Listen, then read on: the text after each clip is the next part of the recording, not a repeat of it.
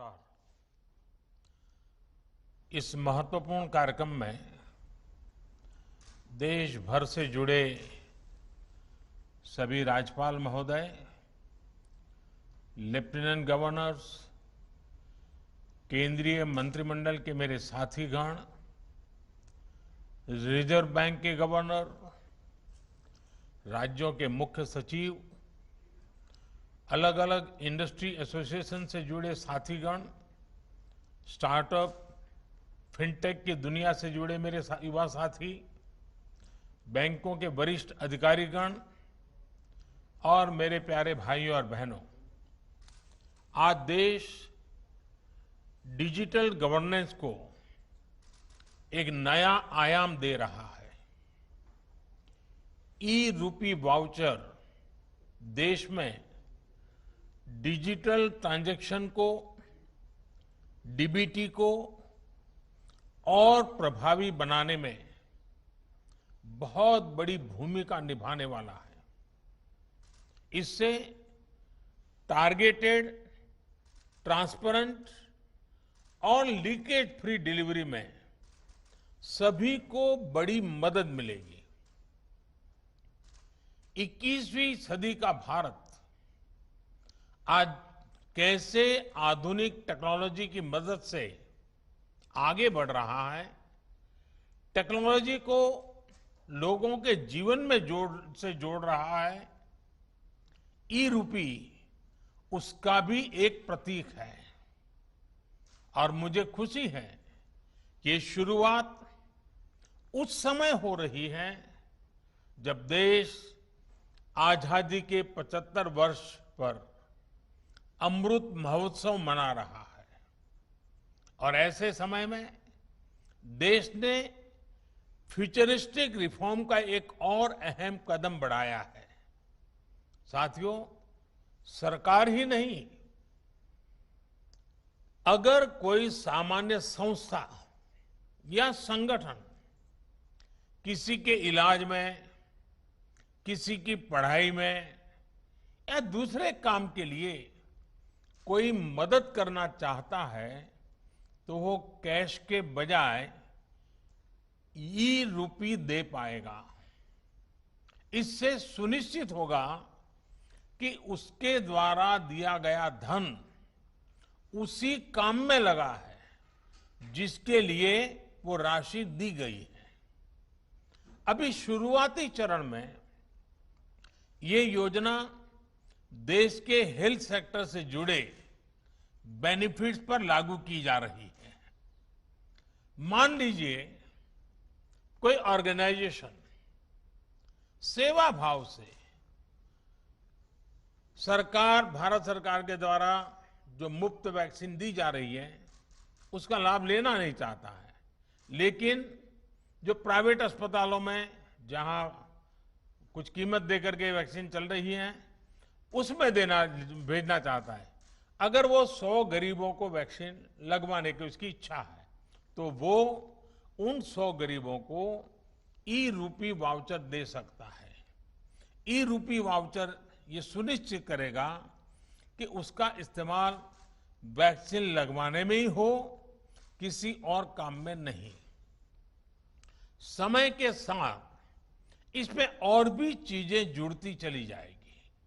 जैसे कोई किसी के इलाज पर खर्च करना चाहता है, कोई टीबी के मरीज को सही दवाओं और भोजन के लिए आर्थिक मदद देना चाहता है, या फिर बच्चों को, गर्भवती महिलाओं को भोजन और पर्यावरण से जुड़ी दूसरी सुविधाएं पहुंचाना चाहता है, तो ई रूपी उनके लिए बहुत मददगार साबित होगा। यानी ई रूपी एक तरह से पर्सन के साथ साथ पर्पज स्पेसिफिक भी है। जिस मकसद से कोई मदद या कोई बेनिफिट दिया जा रहा है वो उसी के लिए प्रयोग होगा, ये ई रूपी सुनिश्चित करने वाला है।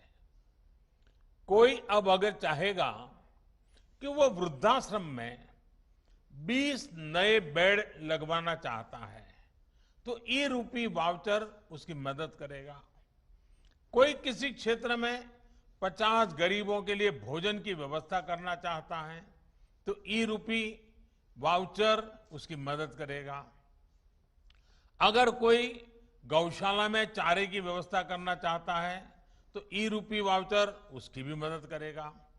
इसे अगर राष्ट्रीय परिप्रेक्ष्य में देखें तो अगर सरकार द्वारा किताबों के लिए पैसा भेजा गया है तो ई रूपी ये सुनिश्चित करेगा कि किताबें ही खरीदी जाएं। अगर यूनिफॉर्म के लिए पैसा भेजा है तो उससे यूनिफॉर्म ही खरीदी जाए। अगर सब्सिडाइज खाद के लिए मदद की है तो वो खाद खरीदने के लिए ही काम आए। गर्भवती महिलाओं के लिए दिए गए कैश से सिर्फ पोषक आहार ही खरीदा जा सके, यानी पैसा देने के बाद हम उसका जो इस्तेमाल चाहते हैं ई रूपी वाउचर उसे सिद्ध करेगा।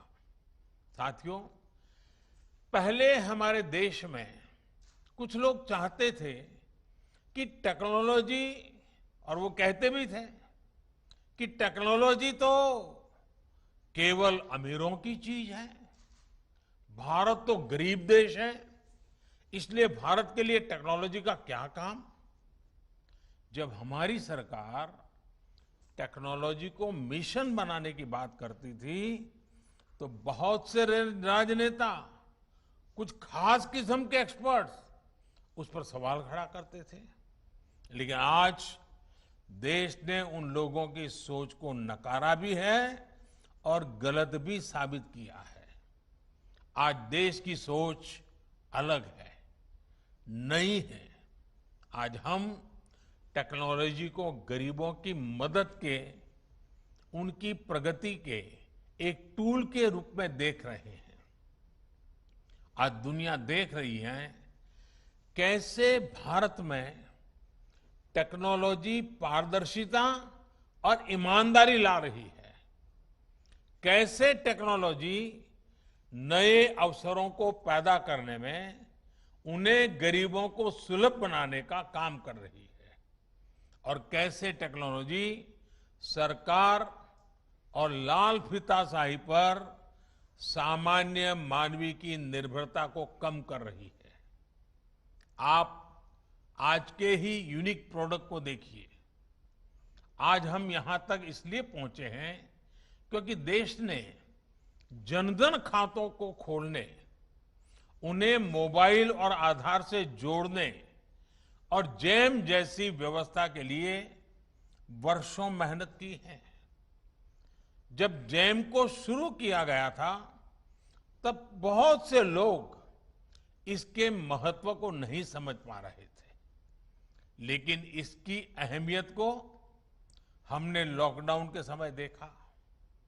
जब दुनिया के बड़े बड़े देश परेशान थे कि लॉकडाउन में कैसे अपने गरीबों की मदद करें, लेकिन भारत के पास एक पूरी व्यवस्था तैयार थी।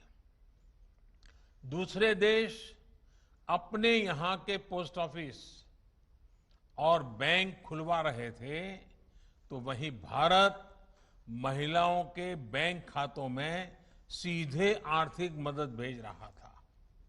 भारत में अब तक डायरेक्ट बेनिफिट ट्रांसफर के जरिए करीब 17.5 लाख करोड़ रुपए सीधे लाभार्थियों के खाते में भेजे जा चुके हैं। आज केंद्र सरकार 300 से ज्यादा योजनाओं का लाभ डीबीटी के माध्यम से, डायरेक्ट बेनिफिट ट्रांसफर के माध्यम से लोगों तक पहुंचा रही है। लगभग 90 करोड़ देशवासियों को इसके तहत किसी न किसी रूप में लाभ हो रहा है।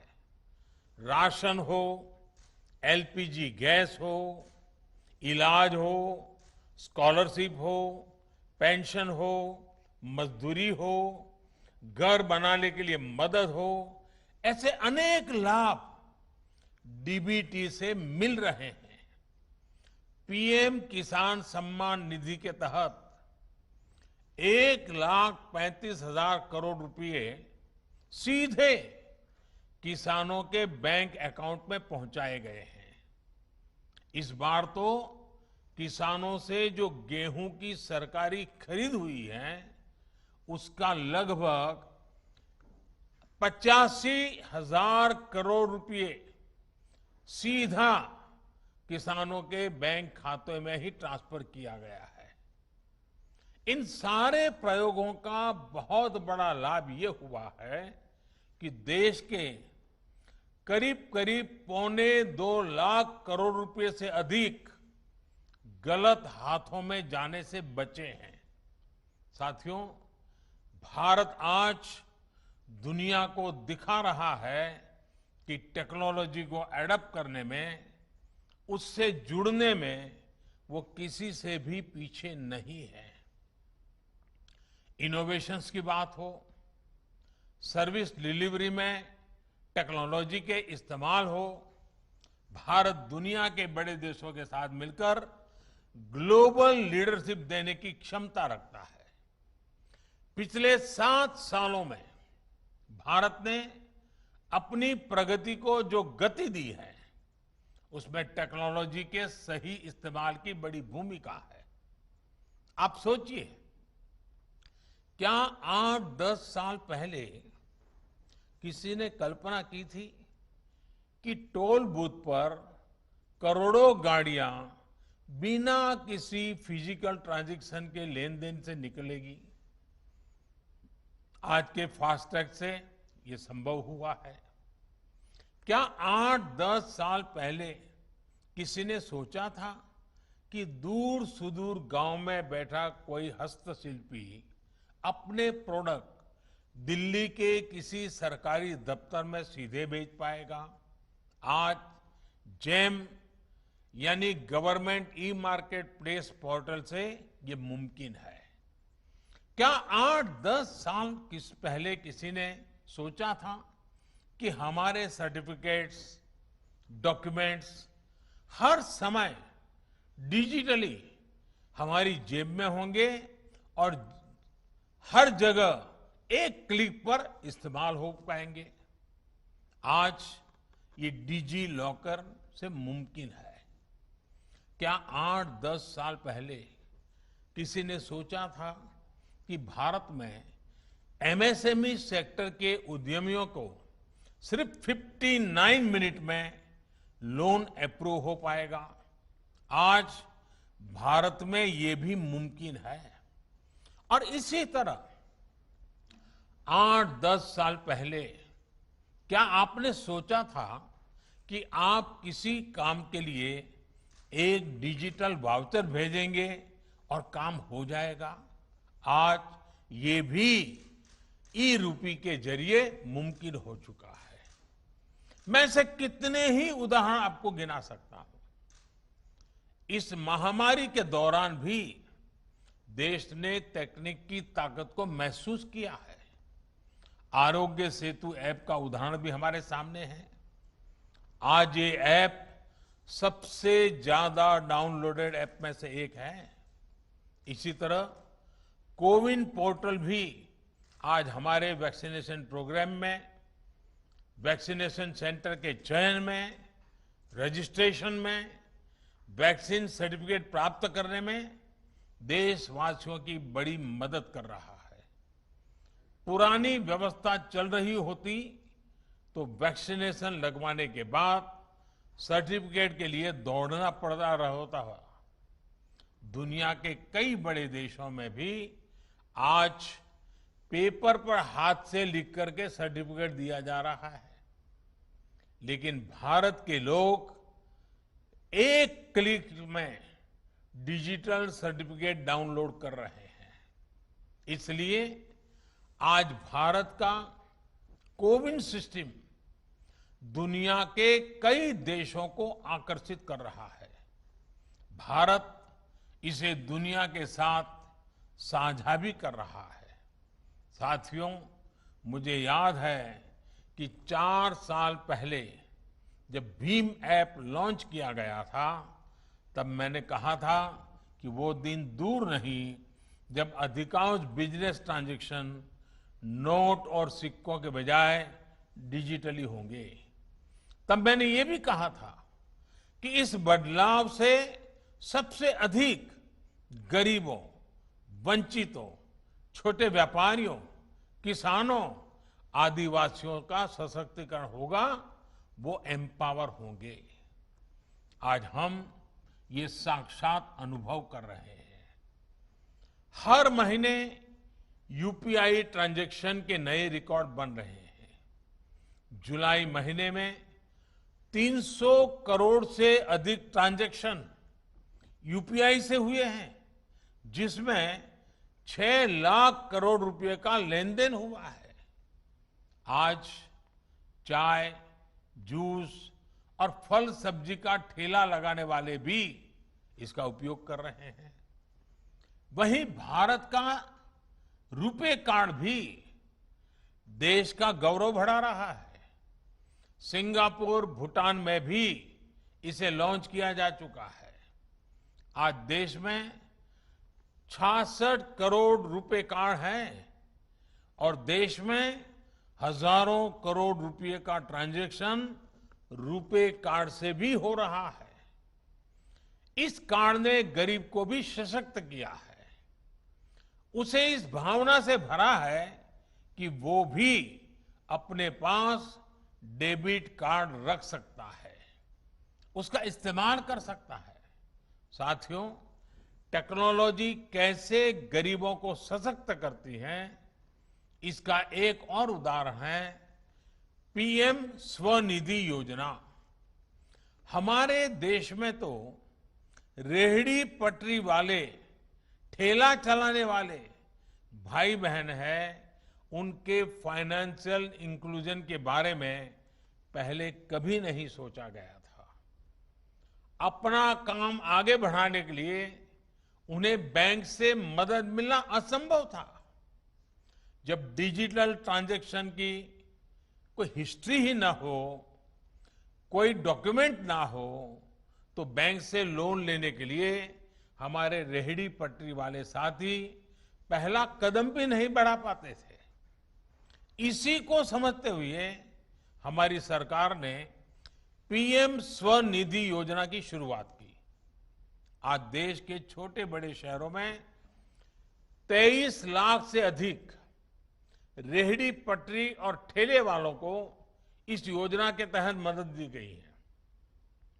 इसी कोरोना काल में करीब करीब 2300 करोड़ रुपए उन्हें दिए गए हैं। ये गरीब साथी अब डिजिटल ट्रांजैक्शन कर रहे हैं और अपना लोन चुका रहे हैं। यानी अब उनके लेन देन की एक डिजिटल हिस्ट्री बन रही है।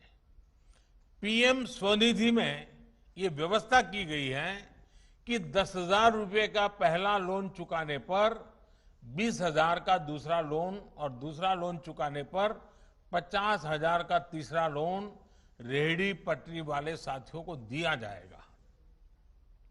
आपको जानकर खुशी होगी कि आज सैकड़ों रेहड़ी पटरी और ठेले वाले भाई बहन अब तीसरा लोन प्राप्त करने की दिशा में आगे बढ़ रहे हैं। साथियों, देश में डिजिटल इंफ्रास्ट्रक्चर और डिजिटल ट्रांजैक्शन के लिए जो काम पिछले 6-7 वर्षों में हुआ है, उसका लोहा आज दुनिया भी मान रही है।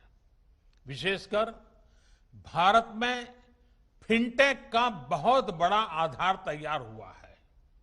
ऐसा आधार तो बड़े बड़े देशों में भी नहीं है। देशवासियों का पॉजिटिव माइंडसेट, फिनटेक सॉल्यूशन को एडॉप्ट करने की उनकी क्षमता भी असीम है। इसलिए ये आज भारत के युवाओं, भारत के स्टार्टअप इकोसिस्टम के लिए भी बेहतरीन मौका है। भारत के स्टार्टअप्स के लिए फिनटेक में अनेकों संभावनाएं हैं। साथियों, मुझे विश्वास है कि ई रूपी वाउचर भी सफलता के नए अध्याय लिखेगा। इसमें हमारे बैंकों और हमारे पेमेंट गेटवे का बहुत बड़ा रोल है। हमारे सैकड़ों प्राइवेट अस्पतालों, कॉरपोरेट्स, उद्योग जगत, एनजीओज और दूसरे संस्थानों ने भी इसको लेकर बहुत रुचि दिखाई है। मेरा राज्य सरकारों से भी आग्रह है कि अपनी योजनाओं का सटीक और संपूर्ण लाभ सुनिश्चित करने के लिए ई-रूपी का अधिक से अधिक उपयोग करें। मुझे विश्वास है कि हम सभी की ऐसी ही सार्थक साझेदारी एक ईमानदार और पारदर्शी व्यवस्था के निर्माण को और गति देगी। एक बार फिर सभी देशवासियों को इस बड़े रिफॉर्म के लिए बहुत बहुत बधाई देता हूं। बहुत बहुत शुभकामनाएं। धन्यवाद।